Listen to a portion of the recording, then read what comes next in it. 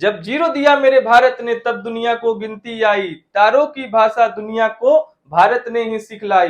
देता न दशमलव भारत मेरा तो चांद पे जाना मुश्किल था, और चांद और दूरी के धरती का अनुमान लगाना मुश्किल था। तो दोस्तों, आज मैं एक बहुत इंटरेस्टिंग टॉपिक लेकर के आप लोगों के सामने आया हूं, और इसको लेकर के मैं अपने आप में बहुत ज्यादा एक्साइटमेंट हूं, क्योंकि फाइनली इसरो ने हमारा जो स्पेस ऑर्गेनाइजेशन है उसने चंद्रयान 3 को लॉन्च कर दिया है। आज का वीडियो में हम लोग बहुत कुछ जानेंगे। सबसे पहले कि चंद्रयान होता क्या है, वो काम कैसे करता है, वो जाता कैसे है, मतलब जो लैंडिंग उसका कैसे होता है उसके बारे में भी हम लोग जानेंगे, और इससे एक आम आदमी की जिंदगी में क्या इंपैक्ट पड़ने वाला है, इसमें हम लोग को क्या फायदा होगा उसके बारे में भी जानेंगे। चंद्रयान 1, 2, 3 उसके बारे में भी जानेंगे। और हाँ, जो हम लोग से पहले चांद पे पहुंच चुके हैं, उन लोगों ने जिन्होंने झंडा वहां पहले गाड़ रखा है, उनके बारे में भी आज हम लोग इसके बारे में भी आज हम लोग डिस्कस करेंगे। तो सबसे पहले आज हम लोग देख लेते हैं कि चंद्रयान 1, सबसे पहले चंद्रयान क्या है। तो चंद्रयान जो है वो एक लैंडर एक्सप्लोरेशन मिशन है, जो मून को स्टडी करता है। और अभी अभी इसरो ने, यानी जो हमारा इंडियन स्पेस रिसर्च ऑर्गेनाइजेशन है, इन्होंने चंद्रयान यानी मून मिशन, चंद्रयान, ये हर कंट्री अपने हिसाब से नाम रखता है कि उसका नाम क्या होगा। उसी तरह से हमने अपना चंद्रयान रखा है, और इसको हम लोगों ने इसे भेजा है अभी मून का स्टडी करने के लिए, उसको एक्सप्लोर करने के लिए, वहां के मिनरोलॉजी के बारे में जानने के लिए, उसके टोपोग्राफी के बारे में जानने के लिए, जो भी चीज है, जो भी अगर लाइफ वहां पॉसिबल है कि नहीं है, इस सब चीज के स्टडी करके ये हमारा चंद्रयान 3 आएगा। तो हम लोग पहले ये देख लेते हैं कि ये जो चंद्रयान का जो मिशन है, जो मून पे मिशन भेजा जाता है, इसको भेजा कैसे जाता है, ये काम कैसे करता है। तो इसके लिए मैंने एक वीडियो अटैच किया है इसमें, उसको हम लोग देखेंगे और समझेंगे कि किस तरह से चंद्रयान या कोई भी जो मून मिशन है, जो स्पेस में हम लोग सैटेलाइट वगैरह भेजते हैं रॉकेट के थ्रू, वो कैसे पहुंचता है। ठीक है, तो इस वीडियो को थोड़ा ध्यान से देखिएगा। इस वीडियो के थ्रू ही मैं थोड़ा सा मैप करके आपको दिखा दूंगा कि किस तरह से काम करता है। ये अभी देखिए, ये वीडियो जो है चंद्रयान 2 का है, चंद्रयान 3 का नहीं है। ये इसरो ने ही इसको यूट्यूब पे डाला था कि किस तरह से ये काम करेगा, एक एज अ मतलब देखने के लिए कि किस तरह से जो भी है जाएगा। तो इसको हम लोग अच्छे से एक बार देख के समझेंगे कि ये काम कैसे करता है।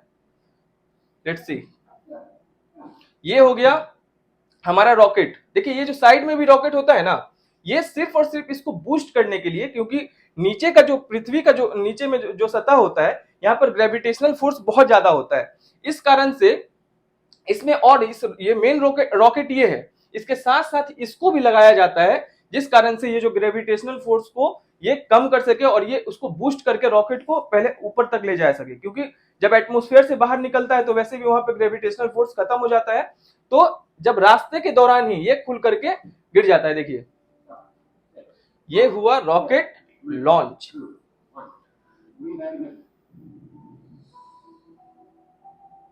और जैसे ये ऊपर जाते जाएगा, ये देखिए खुल के गिर गया। इसका काम था खाली बूस्ट देना, और जैसे ही ये एटमॉस्फेयर से बाहर निकलने से पहले ये खुल गया, सैटेलाइट जहां पे होगा, और जो भी एक्स्ट्रा पार्ट था वो खुल के गिर गया। अब ये अर्थ के ऑर्बिट में जो इसका लैंडर, ऑर्बिटर और जो इसमें 1 सेकेंड, जो लैंडर, ऑर्बिटर और जो रोवर हम लोगों ने भेजा है, वो डिटैच होकर के वो पहले अर्थ का जो ऑर्बिट है उसमें घूमने लगता है। इसमें एक बात मैं बता दूं, इसमें ऑर्बिटर भी अवेलेबल है, आगे मैं समझा देता हूं जब दिखेगा तब। ये पहले अर्थ के ऑर्बिट में घूमेगा, देखिए इस तरह से। ये पहले अर्थ के ऑर्बिट में घूमना स्टार्ट करेगा, और जैसे जैसे जैसे ही मून इसके पास में आएगा, ये फिर इसको उधर भेज दिया जाएगा मून के ऑर्बिट में। और देखिए, अब ये मून के ऑर्बिट में आ गया। अब फिर ये मून के ऑर्बिट का चक्कर लगाना स्टार्ट करेगा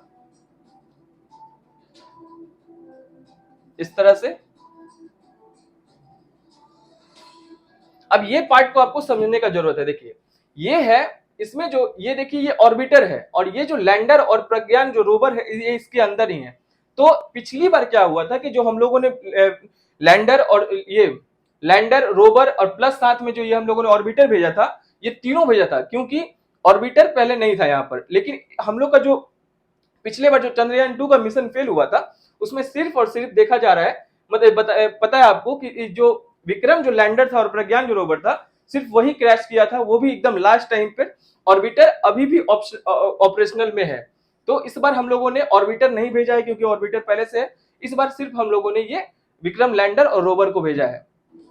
अब ऑर्बिटर क्या करता है कि वो इसी ऑर्बिट में घूमते रहेगा और फिर लैंडर, ये जो लैंडर है ये अब इसके सरफेस को स्कैन करना स्टार्ट करेगा जहां इसको उतरना है। देखिए इस तरह से ये स्कैन करेगा जो लैंडर है, और फाइनली ये स्कैन करने के बाद इसको जहां पे बताया जाएगा उतरने के लिए, यहां से जहां से कम्युनिकेट किया जाएगा वो वहां पर उतरेगा, और उतरने के बाद ये कम्युनिकेट करेगा इसरो से जो हमारा अर्थ है उसमें, और यहां से ये देखिए प्रज्ञान रोवर निकला, इसका सैटेलाइट यहाँ पे लगा हुआ है, और ये यहाँ के सरफेस को, यहाँ के कंपोजिशन को, यहाँ के एटमॉस्फेयर को, यहाँ का मिनरल्स क्या क्या अवेलेबल है, हर चीज को स्टडी करके ये हम लोग तक खबर पहुंचाएगा। ठीक है, ये हो गया मेन कि ये काम कैसे करता है। अब हम लोग से पहले कौन कौन से ऐसे देश हैं जो भेज चुका है, पहले उसका जो सॉफ्ट सेफ लैंडिंग हो चुका है। देखिए सबसे पहले रसिया, यानी जब उस समय सोवियत यूनियन हुआ करता था तो सबसे पहले रसिया ने ये मिशन भेजा था, वो भी 1959 में, आज नहीं 1959 का बात है। 1959 में रसिया ने अपना सबसे पहला स्पेसक्राफ्ट मिशन भेजा था वहां पर, और उन्होंने दुनिया को ये डेमोन्स्ट्रेट किया था कि हाँ चांद में जाना पॉसिबल है। उसके बाद जो अपोलो 11 मिशन रहा है ये अमेरिका का था। ये अपोलो 11 मिशन ये 1969 यानी उसके सॉरी जो लूना 2 मिशन है ये 1959 में भेजा गया था, और जो ये अपोलो मिशन है इसके जस्ट 10 साल बाद 1969 में इसको भेजा गया। ये पहला स्पेस मतलब स्पेस में पहला मैन्ड मिशन था, यानी जिसमें एस्ट्रोनॉट्स को भेजा गया था, और इनका जो रोवर था ना उसपे रोवर इतना मजबूत उन लोगों ने बनाया था कि उसपे इवन जो उसके एस्ट्रोनॉट गए थे वो उसपे बैठ करके घूम सकते थे मून पर। और उन लोगों ने भी बहुत सारा साइंटिफिक एक्सपेरिमेंट किया, वहां का फोटोग्राफी को लेकर के आए, बहुत सारा चीज वहां पे ऑब्जर्व किया, और जो वहां का इन्वायरमेंट था जो कि वहां के इन्वायरमेंट का स्टडी किया, और ये कंफर्म किया कि जो मून है उसमें एटमॉस्फेयर का कमी है। ठीक है, तीसरा जो है चाइना का जो U2 मिशन था, YUTU, इसका ये मिशन 2013 में इसको लॉन्च किया गया था। ये भी finally safe and soft landing हो पाया।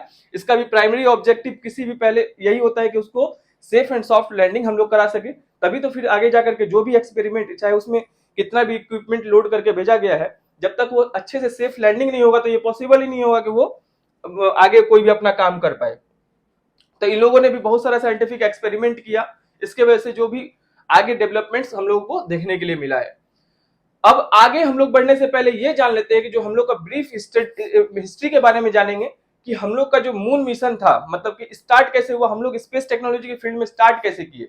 तो एक बात मैं आप लोगों को बताना चाहूंगा कि जब दुनिया चांद पे पहुंच चुका था, दुनिया के दो देश जो बड़े बड़े देश जो रसिया और चाइना, सॉरी चाइना नहीं ये अमेरिका, जब ये पहुंच चुके थे तब 1969 में तो हमारा इसरो स्टार्ट ही हुआ, फॉर्मेशन ही उसका 1969 में हुआ था जो, और इसका हेडक्वार्टर था बेंगलुरु में।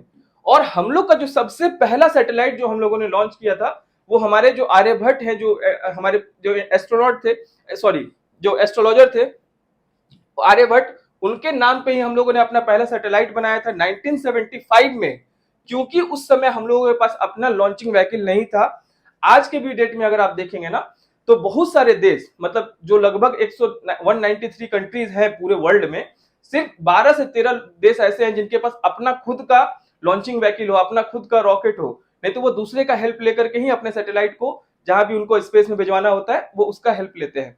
और उसमें से इंडिया एक है जिसके पास अपना खुद का रॉकेट है, अपना खुद का लॉन्चिंग व्हीकल है। और उस समय 1975 में चूंकि हम लोग के पास ये अवेलेबल नहीं था तो हम लोगों ने अपना जो आर्यभट्ट सैटेलाइट था वो हम लोगों ने रसिया के हेल्प से हम लोगों ने स्पेस में भेजा था।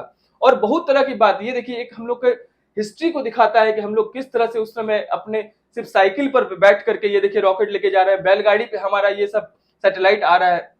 ये आज से पहले का इंडिया था और ये है 2023 का इंडिया, जब हम लोग का खुद का लॉन्चिंग व्हीकल, खुद का रॉकेट, हम लोग खुद का सैटेलाइट बना करके दुनिया में भेज पा रहे हैं। उस तरह उस टाइम पे अगर आप देखेंगे तो हम लोग का बहुत मजाक भी उड़ाया जाता था। अगर आप इंटरनेशनल लेवल पे देखा जाए, न्यूयॉर्क टाइम्स का ये देखिए एक कटिंग मैंने निकाल के लगाया है, ये दिखा रहा है कि ये इंडिया का एक आदमी है, बैल को लेकर के साथ में आया है, और जो इलाइट स्पेस क्लब के मेंबर्स हैं वो बोल रहे हैं कि इंडिया मार्स पे जाना चाहता है, मून पे जाना, मतलब ये लोग एक तरह से मजाक की तरह से हम लोग को देखते थे। लेकिन अब आज का इंडिया अब देखिए हर जगह लीड कर रहा है, ये है हम लोग का ताकत। तो चंद्रयान 1 और चंद्रयान 2 के बारे में थोड़ा सा समझ लेते हैं कि चंद्रयान 1 का क्या रोल था, चंद्रयान 2 का क्या रोल था, इसने हम लोग को मतलब जो डेवलपमेंट्स हुए उसमें कैसे हेल्प किया। तो चंद्रयान हम लोग का पहला एक ऐसा मिशन था पूरे वर्ल्ड का जो कि ये बताया कि हाँ मतलब चांद पर पानी अवेलेबल है, पानी का प्रेजेंस को स्थापित किया। वो भी इस टाइम पे गया था और फाइनली वो सक्सेसफुल मिशन ही कहा जाएगा, वो सक्सेसफुल नहीं था। लेकिन एक साल मतलब पूरा एक साल भी वो वहां पर नहीं रह पाया, 312 दिन के लमसम वो वहां पर रहा था। और उस टाइम पीरियड के में जो भी अपना इंफॉर्मेशन गैदर हो सकता था उसने गैदर किया और वो हम तक पहुंचाया भी, उसने कम्युनिकेट भी किया अपने जो भी इक्विपमेंट्स में लगे हुए थे उसके थ्रू। और फाइनली 2009 में क्या होता है कि उससे कनेक्शन लॉस्ट हो जाता है और उससे हम लोग का समझिए नाता टूट जाता है, मतलब कनेक्शन खत्म हो जाता है। फिर हम लोगों ने दूसरी बार कोशिश की, प्रयास तो हम लोग करते ही रहे हैं क्योंकि हमें लीड करना है। अभी प्राइम मिनिस्टर मोदी का भी आपने स्टेटमेंट सुना होगा कि अगर देश दुनिया को अगर आगे बढ़ना है, किसी भी कंट्री को आगे बढ़ना है, तो उसको टेक्नोलॉजी के सेक्टर में और टैलेंट जो टैलेंट के सेक्टर में दोनों में काम करना होगा। और हमारा पूरे दुनिया में हमारा ऐसा पॉपुलेशन है, हम लोग का इतना पॉपुलेशन आगे बढ़ने के बावजूद भी आज की डेट में हम लोग इतना स्ट्रेंथ है हम लोग के अंदर कि हम लोग दोनों चीज से मजबूत है, चाहे वो अगर हम लोग टेक्नोलॉजी के मामला में देखें या टैलेंट के मामला में, तो हमारे अंदर तो भरा हुआ ही है। सेकेंड, हम लोग अब चंद्रयान 2 के बारे में बात करेंगे कि आप लोगों को पता है कि अभी जो 2019 में इसको लॉन्च किया गया, इसका भी वही था पहली बार। इसमें जो है हम लोगों ने जो सेफ लैंडिंग की बात की कि सेफ एंड सॉफ्ट लैंडिंग कराएंगे। हम लोगों ने इसमें लैंडर भेजा विक्रम नाम का, और साथ ही हम लोगों ने इसमें अपना प्रज्ञान रोवर भी भेजा जो कि वहां पे उसके सरफेस पे चल करके और उसका साइंटिफिक स्टडी कर पाए, मून के बारे में और ज्यादा से ज्यादा जानकारी हम लोग इकट्ठा कर पाए, और मून पे हम लोग का लाइफ पॉसिबल है कि नहीं ये भी हम लोग देख पाए। तो ये हुआ 2019 में। लेकिन सब कुछ अच्छा चल रहा था, ऑर्बिट में भी ये पहुंच गया था, लेकिन लास्ट टाइम पे जब वो एकदम लैंड करने वाला था उस टाइम पे कुछ टेक्निकल इशू आया और जिस कारण से वो लैंडर जो है वो क्रैश कर गया। ठीक है, आगे उसके बाद क्या हुआ, और देखिए इसमें जो हमारे जो देश में पॉलिसीज बनते हैं उसका भी बहुत बड़ा रोल रहता है। अगर आज से 10 साल पहले का बात करें आप, तो 2013 के टाइम में अगर आप देखें ना, 2013 के टाइम में, तो हम लोग का सिर्फ 4000 करोड़ का हम लोग का जो था, 4000 करोड़ का हम लोग का ये स्पेस में हम लोग इन्वेस्ट करते थे, जो बजट था वो सिर्फ 4000 करोड़ का था। आज सिर्फ 10 साल के बाद अगर आप देखें तो लगभग 12500 करोड़ का बजट है हमारा स्पेस के लिए। तो टेक्नोलॉजी तो ग्रो करेगा ही, ये पॉलिटिकल विल भी दिखता है इसमें एक तरह से, और हम लोग का जो टेक्नोलॉजी के फील्ड में हम लोग आगे बढ़ना चाहते हैं, ये इसका भी विल इसमें बहुत अच्छे से दिखता है। आगे अब हम लोग बात करेंगे हमारा इस बार का जो सपना है चंद्रयान 3 के बारे में। तो चंद्रयान 3 आपको पता है फाइनली 14 तारीख को लॉन्च हो गया है, और हम लोग ऐसा आशा मतलब इस बार तो मुझे तो पक्का भरोसा है कि ये किसी भी कीमत पर अच्छे से ही लैंडिंग करेगा, क्योंकि पिछले बार भी वो उसको फेल्ड मिशन नहीं कहा जा सकता है। जो चंद्रयान 2 था उसको फेल्ड मिशन बिल्कुल नहीं कहा जा सकता है। वो थोड़ा सा लास्ट टाइम पर जो था वो लगभग सब चीज ठीक था, लास्ट टाइम पर उसमें थोड़ी सी कुछ भी टेक्निकल इश्यूज के कारण वो प्रॉब्लम आया था, तो उसको फेल तो नहीं कहा जा सकता है, उसको कहा जाएगा पूरा नहीं हुआ। ठीक है, और अभी हम लोगों ने इसको चंद्रयान 3 को 14 तारीख को भेजा है। लगभग बताया जा रहा है कि इसको 42 दिन का टाइम लगेगा और ये फाइनली वहां पर पहुंच जाएगा। और इसमें जो खर्चा बताया जा रहा है ये लगभग 615 करोड़ का खर्चा बताया जा रहा है कि इसमें आया है। और एक बात और, ये इंडिया का खासियत है कि हम लोग सबसे सस्ता कोई भी चीज स्पेस में भेजते हैं ना, अगर दुनिया को 500 करोड़ लगता है तो हम लोग उसको 50 करोड़ में भेज लेते हैं। 10%, ये टैलेंट है हमारे अंदर, ये स्ट्रेंथ है हमारा। 615 करोड़ रुपया मान लीजिए इसमें लगा है, ठीक है, और इसका भी यही है कि ये सेफ एंड सॉफ्ट लैंडिंग करा सके, और जो रोवर का कैपेबिलिटी है कि वो जाकर के उस लर्नर सरफेस को एक्सप्लोर करेगा, और उसके बारे में हम लोग को जो जियोलॉजी है, जो हिस्ट्री है, जो वहाँ का टोपोग्राफी है, वहाँ पे कौन कौन से मिनरल्स अवेलेबल है, नाइट्रोजन अवेलेबल है कि सोडियम अवेलेबल है, हाइड्रोजन अवेलेबल है, मरकरी अवेलेबल है, क्या क्या चीज अवेलेबल है, हर चीज के बारे में हम लोग को, मिनरल्स में भी क्या क्या अवेलेबल है ये पता चलेगा। और जो वहां का केमिकल कंपोजिशन के बारे में पता चलेगा, उसके टोपोग्राफी को वो स्टडी करेगा जो रोवर हम लोग को जाएगा। तो और एक इसमें सेप नाम का भी एक पेलोड भेजा गया है, जो ये जो पेलोड है यही हम लोग को ये बताएगा कि वहां पे लाइफ पॉसिबल है कि नहीं, ठीक है, वहां पे और सिस्मिक एक्टिविटी ये सब चीज के बारे में पता चलेगा। और इस बार जो देखिए हम लोग के पास जो हर एक अलग अलग तरह का, मतलब कि किसको कितना दूर तक हम लोग को भेजना है रॉकेट को, उस हिसाब से हम लोग के पास लॉन्चिंग व्हीकल अवेलेबल है। पीएसएलवी हो गया, जीएसएलवी जिसको एकदम बाहुबली कहा जाता है। और इस बार उससे भी बढ़िया हम लोग भेजे हैं, जो ये जो रॉकेट आप देख रहे हैं ना, ये है LVM-3 ये याद रखने की चीज है। अगर कोई स्टूडेंट अगर इसका तैयारी कर रहा है, कोई भी यूपीएससी या ये एसएससी हो गया, या इसका क्वेश्चन आने का गारंटी है, एकदम गारंटी है किसी ना किसी एग्जाम पेपर में, जो यूपीएससी का हो चाहे बीपीएससी का हो। स्पेस टेक्नोलॉजी हर सिलेबस में है, उसमें क्वेश्चन आने का बहुत चांस है। इस चीज को ध्यान में रखने की जरूरत है कि किस लॉन्चिंग व्हीकल से हम लोगों ने अपना लॉन्च किया था इस बार चंद्रयान 3। तो ये याद रखिएगा, LVM-3M4 ये नया इंट्रोड्यूस हुआ है हमारे इसरो में, इसको याद रखने की जरूरत है। अगर और डीपली अगर हम लोग जाने कि क्या क्या जो साइंटिफिक एक्सपेरिमेंट क्या क्या करेगा, तो इसको भी आप देख सकते हैं कि जो भी अपना ये कंपोजिशन लर्नर सरफेस का ये सब मैंने आपको बता ही दिया है। इसमें बहुत तरह का कैमरास भी साथ में लगाया गया है, अलग अलग तरह का, जो कि एकदम हाई डेफिनेशन कैमरा जिसको कहा जाएगा, जो कि मून के हिस्ट्री को, जियोलॉजी को, हर चीज के बारे में पढ़ेगा और वहां पे क्या क्या रिसोर्सेस अवेलेबल है वो हम लोग को बताएगा। तो इंडिया फ्यूचर एस्पिरेशन, तो हम लोग का अगर बात किया जाए फ्यूचर एस्पिरेशन इंडियंस का, तो हमारा एस्पिरेशन तो बहुत है भैया, हमें लीड करना है। लीड इन व्हाट, ऐसे हर एक क्षेत्र में हम लोग अपने आप को अब आगे देख रहे हैं। हम लोग हर एक क्षेत्र में, इकोनॉमी का फील्ड हो, चाहे मिलिट्री का फील्ड हो, स्पेस का फील्ड हो, टेक्नोलॉजी का फील्ड हो, आईटी सेक्टर हो, किसी भी फील्ड में, हर फील्ड में हमारा देश अब बहुत आगे जाया जा रहा है। अब वो वाला बात नहीं रह गया इंडिया पाकिस्तान, अब इंडिया अमेरिका होता है, इंडिया चाइना, इंडो चाइना होता है, इंडो अमेरिका होता है, इंडो फ्रांस होता है। अब हमारा जो स्टेटस है पूरे वर्ल्ड में, जिस तरह से हम लोग ग्रो कर रहे हैं, ये काफी बेहतरीन होते जा रहा है और आगे भी ऐसे ही होगा। तो फ्यूचर एस्पिरेशन तो बहुत है, लेकिन अगर इस पर्सपेक्टिव से बात करें, तो स्पेस टेक्नोलॉजी में अभी हम लोग जो एस्ट्रोनॉट वाला मिशन मैंने आपको बताया, अभी तुरंत हम लोग फिर अभी गगनयान भेजने वाले हैं, इसी कुछ साल, मतलब कुछ ही दिन में इसका बात चल रहा है कि गगनयान मिशन भेजा जाएगा, जो कि मैन मिशन होगा। ये भी इसरो भेजेगी अपने गगन मिशन के थ्रू।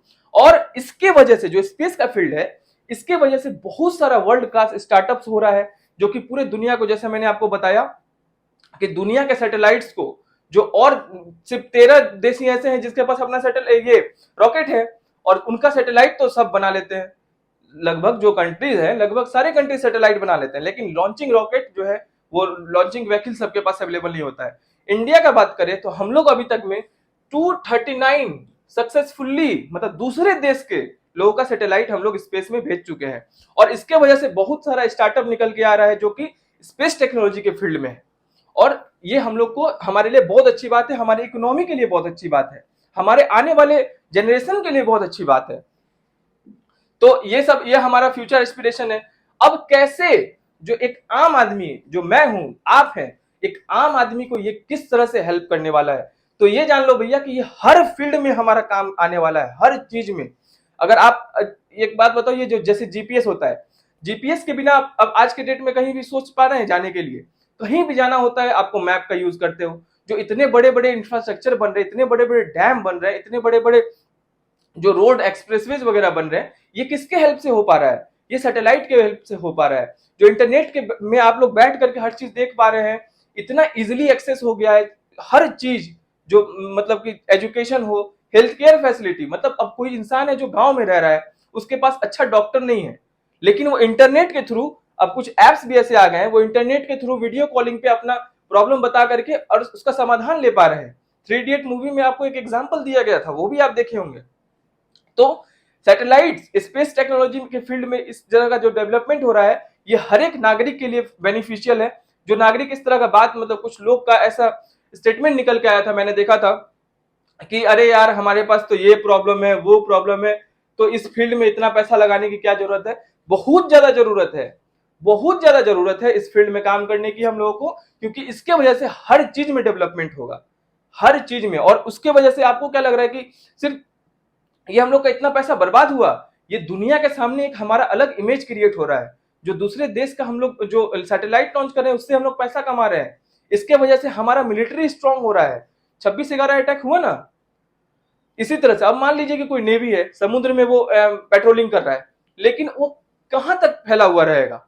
अगर मान लीजिए अगर नेवी अभी इस साइड में पेट्रोलिंग कर रहा है तो हम लोग सैटेलाइट के थ्रू उस पर नजर बना के रख पाएंगे। जो हमारा बॉर्डर एरिया है वहां पर क्या वो लोग कर रहे हैं, किस तरह का प्रॉब्लम वहां पे हो रहा है, उसको हम लोग सैटेलाइट के थ्रू नजर रख पाएंगे, जिससे हम लोग का बॉर्डर सिक्योर रहेगा। और बॉर्डर सिक्योर रहेगा, टेररिस्ट नहीं आएंगे, तो हम लोग का भी अंदर में पीस मेंटेन रहेगा। तो हर फील्ड में हर एक नागरिक को इसका फायदा है।